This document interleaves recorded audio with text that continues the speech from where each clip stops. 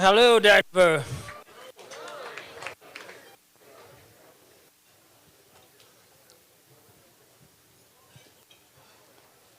To Governor Polis, to Mayor Hancock, Mr. England, and to the entire team of the ALG, I would like to say thank you.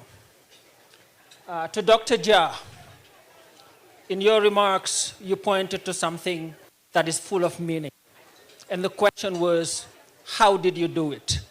And you pointed to that one key word, belief.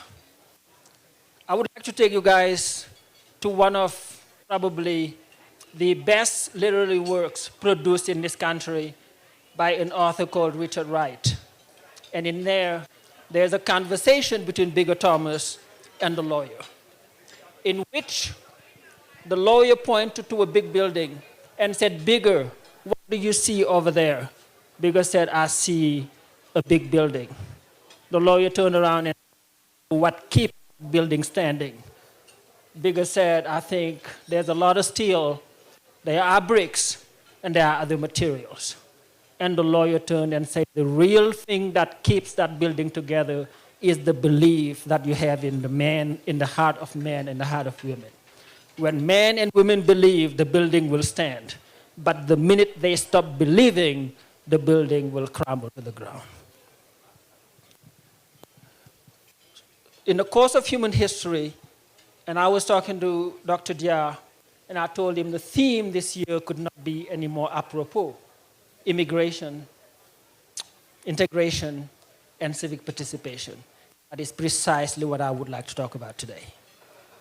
In the course of a life of a human being, not all dates are created the same. For me, July 15th, 2017 is one such date.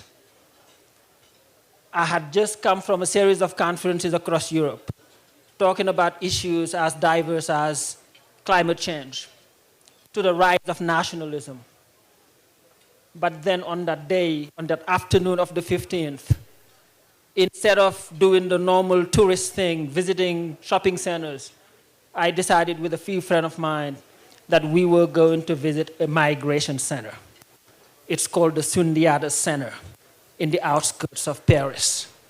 There, I met with good and decent human beings, but for whom life had clearly not been a fairy tale. But among that group, I met a particular young man, and his name is Samba.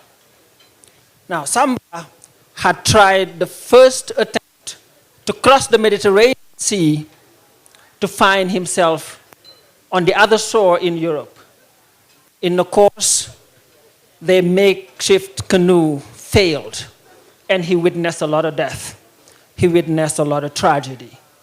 But he was picked up and sent back to his home country of Senegal because he was coming from northern Senegal. But what is most striking about that story is that the following year, he tried the same exact thing. When I asked him why, his answer was poignant. He said, I'm already dead because of the lack of opportunity. So I may well just flip the coin in what some Senegalese people today have come to know as Barça or Barsakh. Either we make it to Barcelona or we make it to our own graves. That is how dire it was. So when I came back to the US the same year, only to be met with a group of young women and men, older dreamers, some of them actually were my own students, who basically decided that they were going to take on a system and an immigration set of policies that failed them. The pain came back full circle. That year, they picked as a theme, migration is beautiful. But then they picked something even more appealing. They picked as their symbolic image, the image of a butterfly. Well, butterflies are known for their grace, their elegance, and their seemingly effortless flight. But there's something much deeper at work. You see, a man had been observing from history a cocoon with an incision, and out of that incision a butterfly was struggling to come out. So the man was watching patiently. But when he ran out of patience because he was feeling so sorry for the butterfly, he went in his home, grabbed a pair of scissors, made an incision into the cocoon, and noticed something, that the butterfly fell to the ground, its body was swollen, and it lived a short life to die a painful death. What the man did not understand is that struggle that the butterfly was going through in the cocoon is a necessary part of the process. Because as the butterfly struggles, it forces the fluids out of its body into its wings. And that is what gives the butterfly the beautiful flight we know today. So there's something about progress. But the reason I'm telling you this story is because there is a mirror image between that story and the story of migration for the African into these United States. Because like that struggle, it is also a story carved in pain and suffering. It is a story carved in struggle, but it is also a story in which the migrant has taken ownership and turned that pain into something of a beauty. It has, the African in these United States has managed to turn that pain into resilience, into strength. And that's what I want to focus on today. Because when you look at the story of migration in this country, we can easily discern 4 main stages. The first stage, since they're done taking a picture, take this one back and be free. The first stage is the pre-slavery migration pattern. And I send you to an author, Van Sertima, very famous, who actually talked about African presence in these United States before slavery. And of course, the second one is the time of slavery. The third pattern is also what I would call one of the most significant migration systems, and I'm going to dwell on it in a minute, which is the one that happened in the 60s. And the fourth migration pattern is the one that is concerning all of us in this room, meaning that's the last pattern. Why am I picking this story today? When you think about the first pattern of migration, it was done and it wasn't forced. But the second one was forced. It was forced and it went through a period of pain. It went through a period of suffering. But then the black woman and the black man in this country did not accept to be broken by that system and by that tragedy. Instead, it was a bold proclamation of humanity. And in the process, the African was able to contribute significantly to the advancement of this country. It is the story of young men and women sitting at a lunchbox in Greensboro, North Carolina, who would turn a refusal and a denial of service into a call to service. It is the story of a king who would ask this country to leave the meaning of his creed. It is also the story of a young woman named Harriet Tubman, who at the risk of her own life would come back time and time again to the South to give a helping hand. It is the story here in Denver of a young African who came to this place through Barbados, Joseph Stewart, who would help Colorado, and he would inspire the Assembly, the General Assembly of Colorado, to sign the very first civil rights bill. 50 years before we started talking about the civil rights in 1895. It's also the story of a John Lewis who would ask this country to live up to the promises of its past, to the promises contained in the Declaration of Independence. It is also the story, the visionary story of a young Amelia Boynton Robinson, who at age 19 was beaten and left for dead across the Edmund Pettus Bridge in Alabama, Selma, Alabama. But when I invited her to talk to a Senegalese delegation that had just visited us on campus, he reminded us that there was no time for bitterness in this life. That if you were going to make progress, you are going to have to live not in the past, but in the present, and also projecting your ideas in the future. So as I walked her out, she imparted with me final words of freedom. In simple words, she said, this is our day, and this is also our world, and we need to understand it in those ways. So, and when we think about the vision, it is the total sum of those visions that would give us today, in the African American community, countless political leaders, countless and very impressive lawyers, countless medical doctors, scientists, engineers, you name them, and yes, our very first African American president.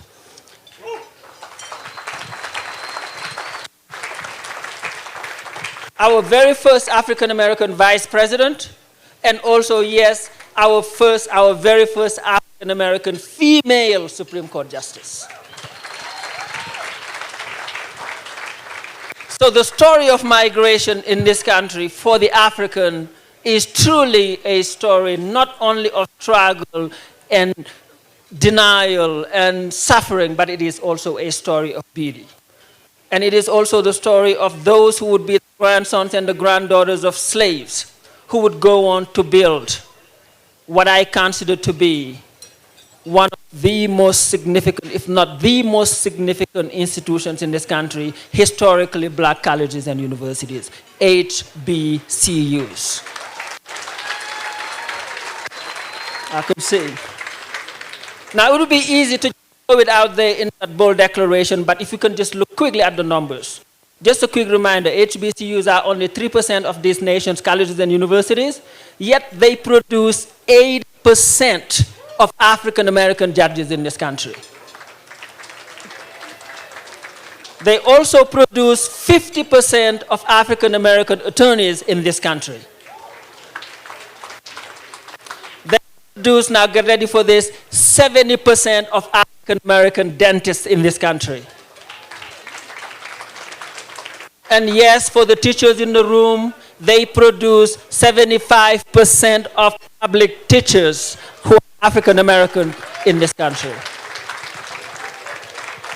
So that is the story of African Americans, of Africans who have migrated in this country. But for that vision, it took character and it took know-how. But most importantly, as one of the newspapers, a defunct newspaper in Denver, Colorado, the Denver Star called it, in the height of the civil rights movement, a very courageous opinion writer wrote, and to remind this country that the national bird of this country is the eagle, not the Jim Crow.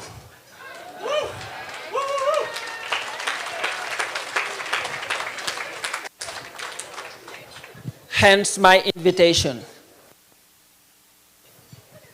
to refuse to be Jim Crows and to become eagles. You know, for those of us who know eagles, know one thing or two about eagles. Eagles have many characteristics, but 4 stand out to me. The first one is the vision of the eagle. The second one is the company the eagle is willing to keep. The third one is the relationship that the eagle has with the past. And then the fourth one is also about a relationship, but a relationship that the eagle has with challenge. So I'll close my comments by explaining slightly all those 4 points. An eagle is known to have a 5-kilometer radius in terms of vision, but it is about the physical attributes. It's about focus. It's about knowing what you want. It's about the patience it takes for you to arrive at your goal and to get the objective. That's why an eagle can sit where it is for hours and hours. Once it has its eyes on the prize, once it has its eyes on the target, it doesn't move, it doesn't budge until the right time to make the move. So that focus is necessary for success. The second characteristic is the company you keep. You are the company you keep. You have to choose associations with deliberateness and with a sense of intentionality. Because you cannot build great things alone. Nobody has been able to do it alone. That's why if you want to travel far, if you want to take a flight, take it with those who are like-minded, who are willing to take it with you. The third attribute is your relationship with challenges. Ordinary animals and ordinary human beings in general, when they see a challenge, the first thing they do is they run away. When the storm gathers, it's an opportunity for most to run away.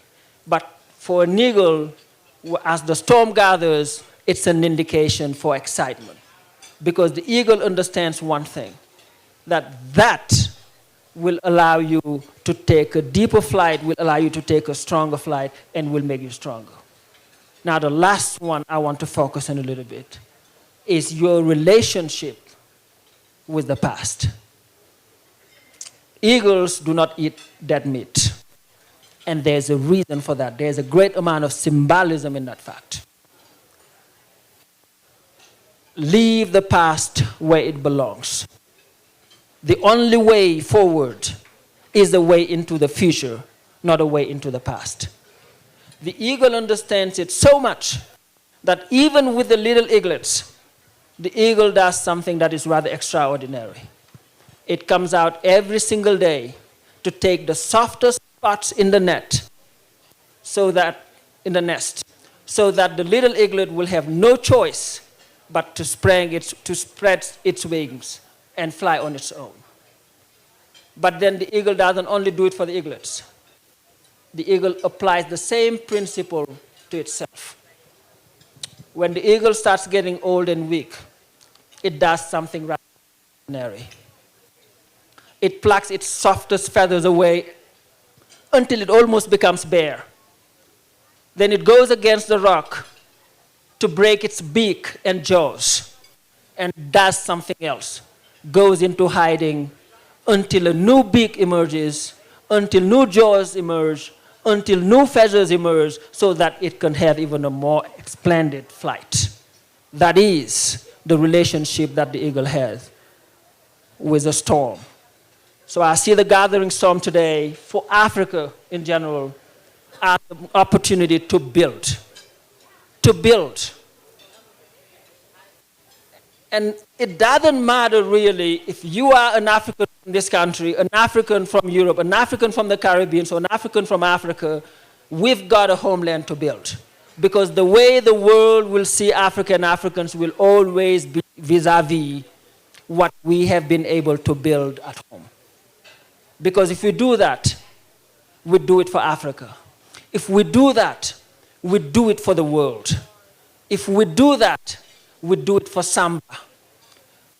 Because when I found Samba in Paris, after the second attempt, I found him living in a condition, along with his peers, in his dignity as a human being.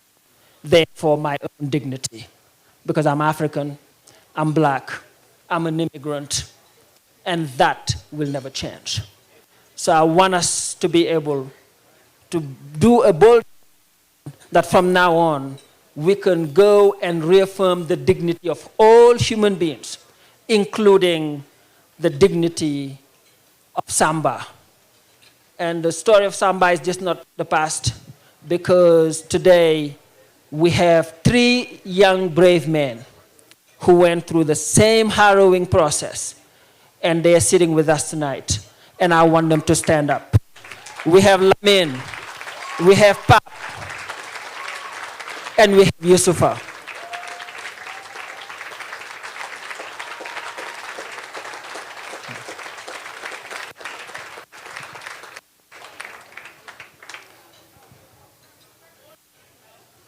It takes a village to build a village.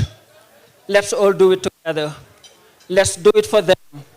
And let's do it also for the generations that are yet to be born.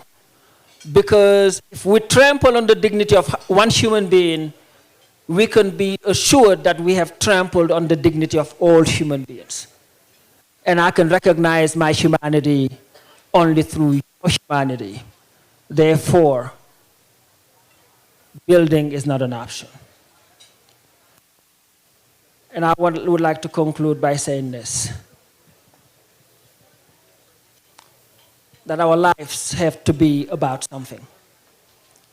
That our lives have to be about a commitment to an ideal.